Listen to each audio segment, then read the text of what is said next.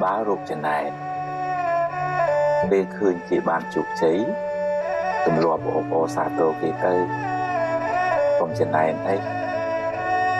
tứ miền ban ấy một giường phòng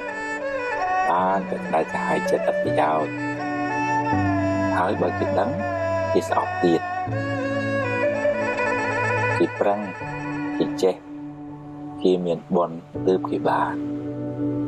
và dương ót dương prăng tới mình mến trâm tới trê o tê tái tùm lộp tới này dây lượng thực chất bê thì thứ bàn là chất nẹ có thực chết bồn có bán mất tập hiệp có là tái bao kỳ bàn đau tụt chật dương cua sông quê và nật thả kỳ bàn sang bàn vật cam ngày nào muối kê nâng tự tụ phò cam đồ vinh nật thàn dương mình cây oi cho mùi kê tê hỏi của miền ấy trời chân này đài tại cua nật vinh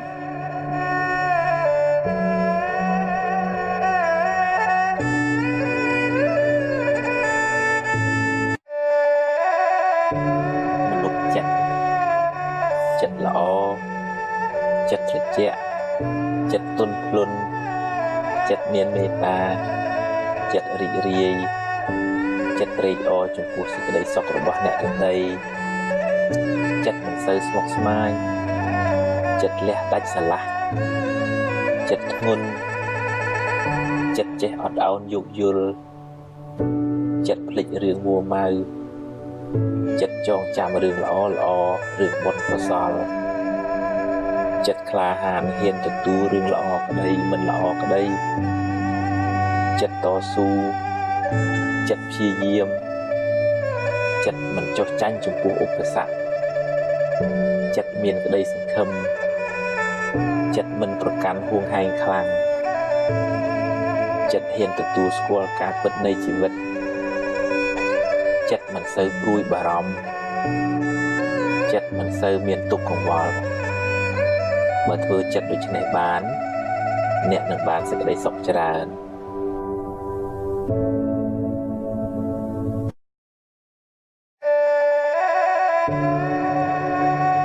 bắt lột chất chia sẻ mạnh chốn miền là nam mà nè để thảo ọt bánh nhà hà thời chất nô tê còn tại tây trànតាមកម្រិតនៃការអប់រំចិត្តរៀងខ្លួនចិត្តមានវិបត្តិព្រោះចិត្តសម្បូរមេរោគដូចជាមួម៉ៅក្តៅក្រហាយឆេវឆាវខឹងក្រោធភ័យព្រួយបារម្ភស្ដាយសំណោះគិតច្រើនស្មុគស្មាញមិនដាច់ស្រេចជាប់ជំពាក់ហួងហែងច្រើនតំណែងឈ្នានីសលូបលន់ហួសហេតុជាដើមបើមិនទាន់ឈឺខ្លាំងទេត្រូវចាប់ផ្ដើមព្យាបាលបណ្ដើរទៅរៀនកាត់បន្ថយរៀនលះបន្តិចម្ដងដោយស្មារតីដាស់តឿនខ្លួនឯងរឿយគ្មានព្រះអង្គព្រះអិនណាមកជួយយើងបានទេតែបើធ្ងន់ធ្ងរហើយត្រូវមានពេលសម្រាកពីការងារខ្លះដើម្បីលំហែកាយលំហែចិត្តឲ្យបានស្រួលគេងឲ្យបានគ្រប់គ្រាន់នៅក្បែរមនុស្សល្អស្ដាប់រឿងល្អមើលសិភៅអប់រំចិត្តជួបជាមួយគ្រូពេទ្យចិត្តសាស្ត្រពិសាថ្នាំតាមវិជ្ជាបញ្ជាស្ដាប់អាវាតពីព្រះសង្ឃហើយរៀនបន្ធូរបន្ថយភាពតានតឹងរៀនព្រមតាមរឿងដែលកើតឡើងរៀនសម្រួលអារម្មណ៍អ្វីមិនចេះតែបានដូចចិត្តគ្រប់រឿងទេរៀនភ្លេចរឿងដែលហួសទៅហើយរៀនញញឹមរស់រាយ